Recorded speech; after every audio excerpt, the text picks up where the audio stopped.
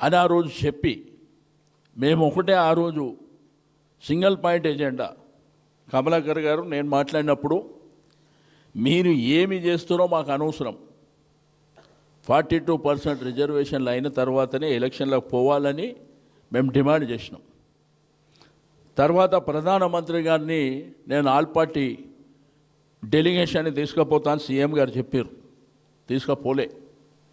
రెండోది అక్కడ president of India దగ్గరికి, అది కూడా జరగలే. హరీబరీగా గవర్నర్కి పంపించారు. పంపించిన తర్వాత మళ్ళీ ఆర్డినెన్స్ అన్నారు, మళ్ళా జీవో అన్నారు. అంటే ఎవరు అమాయకులు ఉన్నారు ఈ రాష్ట్రంలో?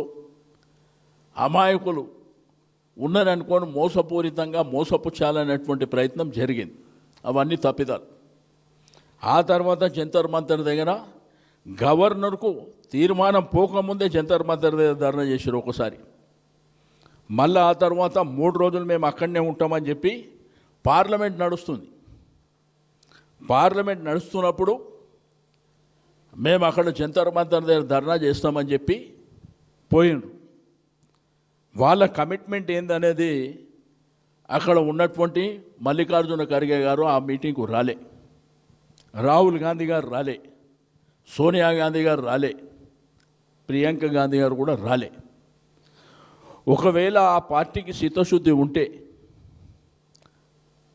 వాళ్ళు అడ్జర్న్మెంట్ మోషన్ ఇచ్చి పార్లమెంట్ని స్టాలు చేసేటువంటి అవకాశం ఉండే.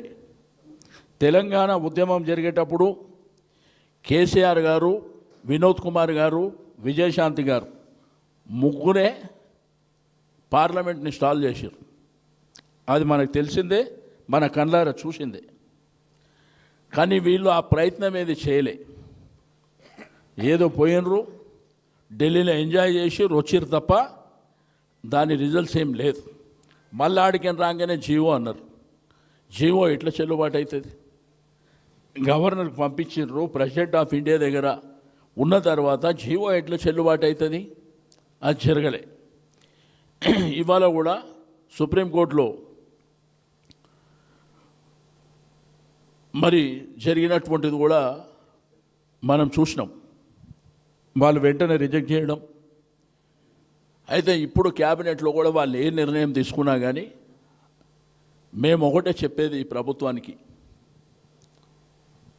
రేపు పార్టీల పరంగా పోతామంటే మేము ఎట్టి పరిస్థితుల్లో ఒప్పుకునే ప్రసక్తే లేదు.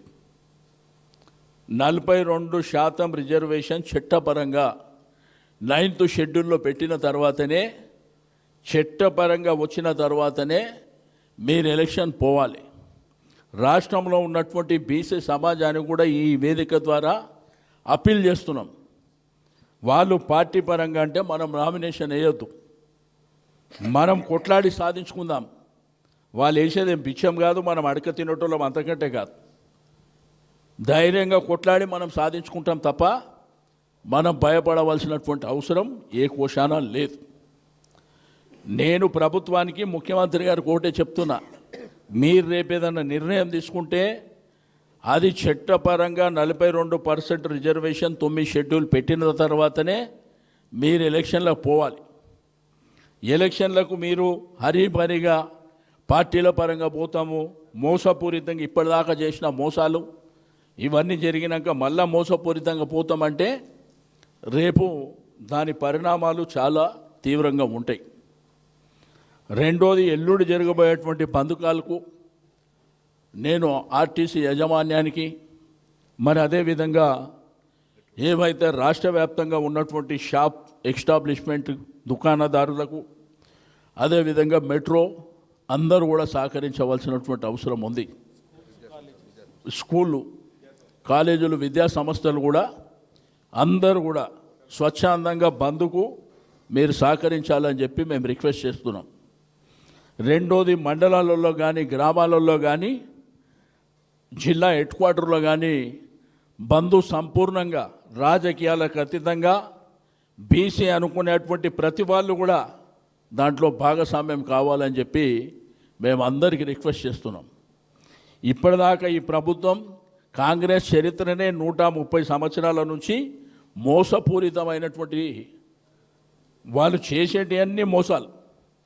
వాళ్ళు కామారెడ్డి డిక్లరేషన్ పక్క రాష్ట్రం కర్ణాటక ముఖ్యమంత్రిని తీసుకొచ్చి సిద్ధిరామయ్య గారి సమక్షంలో కామారెడ్డి డిక్లరేషన్ 42% రిజర్వేషనే కాదు, 1,00,000 కోట్ల బడ్జెట్ పెడతామని చెప్పారు.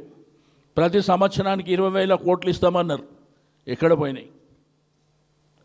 కులవృత్తులను ఆదుకుంటామని చెప్పారు. ఎక్కడ పోయినాయి?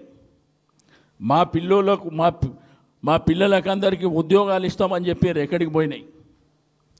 కాబట్టి మేము భవిష్యత్తులో మీ కామారెడ్డి డిక్లరేషన్ మీద కూడా వదిలిపెట్టే సమస్య ఉండదని చెప్పి నేను ఈ సందర్భంగా తెలియజేస్తూ ఉన్నాను. కాబట్టి ఇక్కడ ఉన్నటువంటి మా బీఆర్ఎస్ నాయకత్వం అందరం కూడా ఎల్లుండి ఆ కార్యక్రమంలో భాగస్వామ్యం అవుతాం. కాబట్టి ప్రజలు, స్వచ్ఛంద సంస్థలు, రెండోది మీకు ఉన్నటువంటి విద్యా సంస్థలు కావచ్చు, అందరికీ కూడా మేము అప్పీల్ చేస్తున్నాం. బంధుని మీరు సంపూర్ణంగా మీరు అందరు సహకరించవలసినటువంటి అవసరం ఉన్నది అని చెప్పి నేను ఈ సందర్భంగా తెలియజేస్తూ ఉన్నాను. ఈ కార్యక్రమం అయిపోయిన తర్వాత, జూబ్లీహిల్స్ ఎన్నికల తర్వాత మేము మళ్ళీ అందరం కూర్చొని భవిష్యత్తు కార్యాచరణ కూడా తయారు చేసి ప్రజల మధ్యలోకి వెళ్ళడం జరుగుతుందని చెప్పి నేను ఈ సందర్భంగా తెలియజేస్తూ ఉన్నాను. మా ప్రభుత్వం కేసీఆర్ గారి నాయకత్వంలో 10 సంవత్సరాలు సంపూర్ణంగా బీసీ బిడ్డలని కడుపున పెట్టుకున్నటువంటి పార్టీ. 10 రాజ్యసభ వస్తే 5 రాజ్యసభ బీసీలకు వేసినాం. దాంతోపాటు ఎమ్మెల్సీలు కానీ, జిల్లా పరిషత్ చైర్మన్లు కానీ, మున్సిపల్ చైర్మన్లు కానీ, ఈరోజు రాష్ట్ర రాజధాని నగరం అయినటువంటి హైదరాబాద్కు 2 సార్లు మేయర్ చేసినాం బీసీలని. మరి ఇవే కాకుండా మార్కెటింగ్లో కూడా బీసీలకు రిజర్వేషన్లు ఇచ్చినటువంటి పార్టీ. మరి స్పీకర్ కానివ్వండి, అదేవిధంగా కౌన్సిల్ చైర్మన్ కూడా మొట్టమొదటి తెలంగాణ రాష్ట్ర అసెంబ్లీలో వాళ్ళిద్దరిని మరి ఆ యొక్క ఉన్నతమైనటువంటి స్థానంలో కూర్చోబెట్టేది కూడా బీఆర్ఎస్ పార్టీ. అదేవిధంగా కళ్యాణ లక్ష్మి కావచ్చు, రైతు బంధు కావచ్చు, రైతు బీమా కావచ్చు,